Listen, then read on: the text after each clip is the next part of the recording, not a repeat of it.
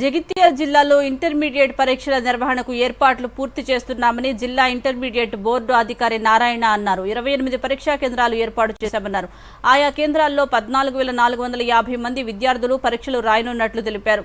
జిల్లా వ్యాప్తంగా ఒక్కో పరీక్షా కేంద్రంలో 5 సీసీటీవీలు ఏర్పాటు చేయగా జిల్లా వ్యాప్తంగా 140 సీసీటీవీలు ఏర్పాటు చేశామన్నారు.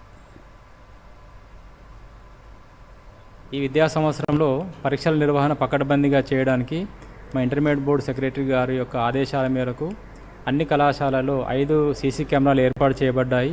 ఈ 5 సీసీ కెమెరాలు అన్నీ కూడా హైదరాబాద్ హెడ్ ఆఫీస్లోని కమాండ్ కంట్రోల్ సెంటర్కు అనుసంధానం చేయబడి ఉన్నాయి. పరీక్షల యొక్క నిర్వహణ లోపల ముందుగా ప్రశ్నపత్రాల ఓపెనింగ్ అనేటువంటిది ఉంటుంది. ఇది సీసీ కెమెరా ఎదురుగానే చేయాల్సి ఉంటుంది.